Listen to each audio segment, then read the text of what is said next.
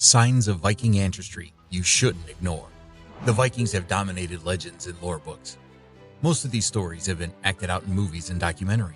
So rich is the history of these seafarers and Norse warriors that we are still unearthing many details of their lives. The Vikings were ferocious seafarers and invaders from Scandinavia. They existed mainly in the late 7th century AD, and their ships carried ruthless warriors to distant and nearby lands over the next 3 centuries. They raided, plundered, and took over the lands they came upon. These lands included Northern Europe and the British Isles. They even ranged as far as Northern Africa, the Mediterranean, the Middle East, Turkey, and Canada.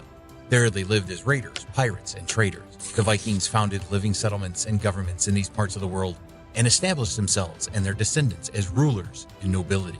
Considering how far and wide the Viking voyages took them, it is often said that we all carry a little Viking DNA in us. This is very true for most Europeans because the Viking Age started in earnest in England in June of 793, and they were never completely wiped out.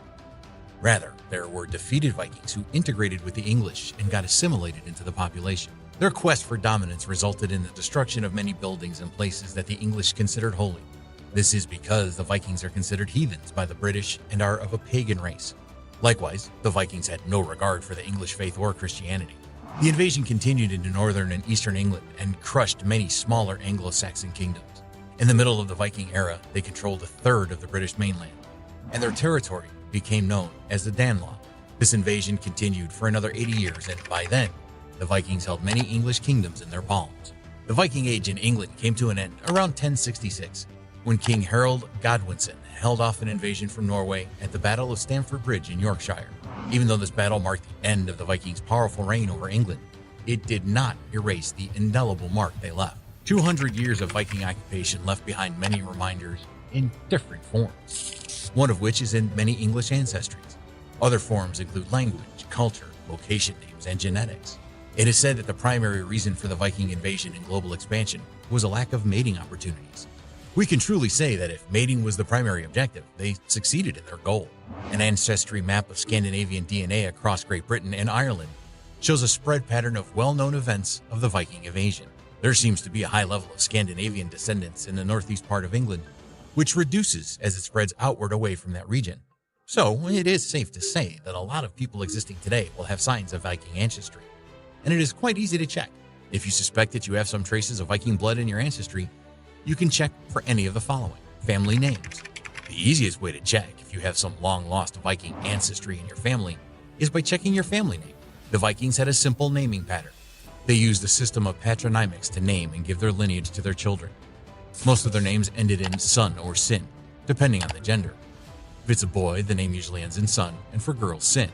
These names have evolved with the passing of time, but we can still see them in English names such as Thompson, Jackson, and Watson. This naming pattern is still very much alive in some parts of Iceland, but time may have washed over its origin. The Vikings also like to name their children in reference to some personal characteristics, such as tall, short, love, wise, long, etc., which is where names like Godman and Flat originated from. Other Scandinavian names can come from their predecessors, so you can check your family name for these names, and it could mean that you have Viking ancestry somewhere in your history. However, these names may not necessarily mean that you once had a Viking in the family. People of various backgrounds can use names. Physical appearance. The Scandinavians have a characteristic body appearance.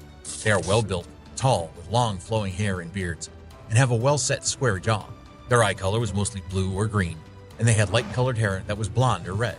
Due to the seafaring characteristics of the Vikings, their physical build evolved into a strong, lanky, and muscularly toned body. This characteristic became genetic and can be seen in their offspring and their offspring's offspring. You may have heard that someone is said to be built like a Viking.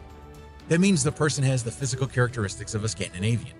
You can check for these traits in yourself or your existing family members. Although this may not be a deciding factor, you may be surprised at what you will find within your ancestry.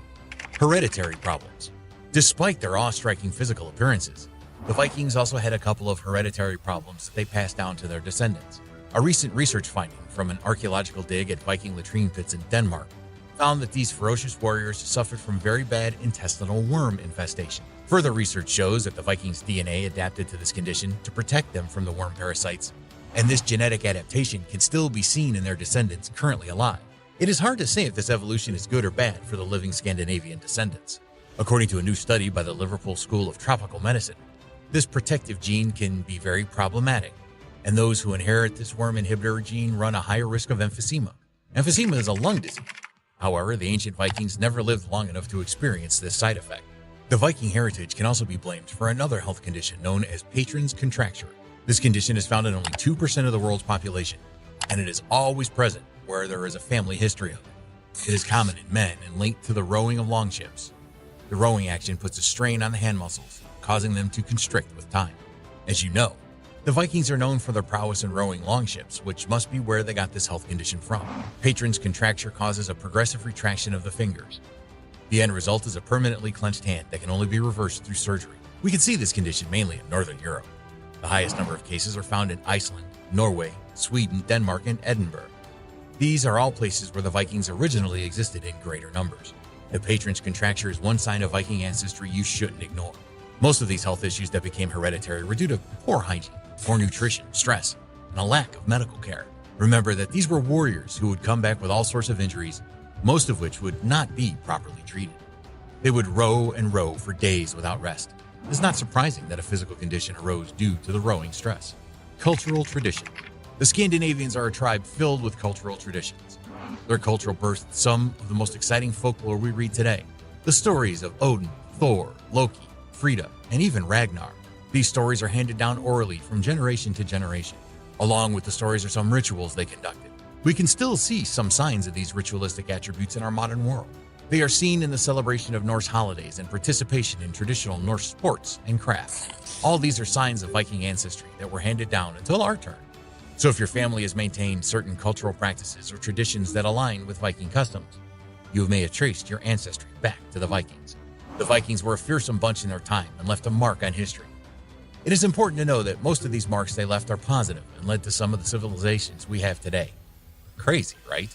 So if you want a better answer to the question of your ancestry, you can go for DNA testing to get a better guess if you have signs of Viking ancestry or not. You never know what you will find when you look. Genetic testing can give you a better idea of the percentage of your ancestry. You can use its results with other signs like physical appearance, geographical location, health factors, and culture to determine if you have an ancestor who was a Viking sometime in the past.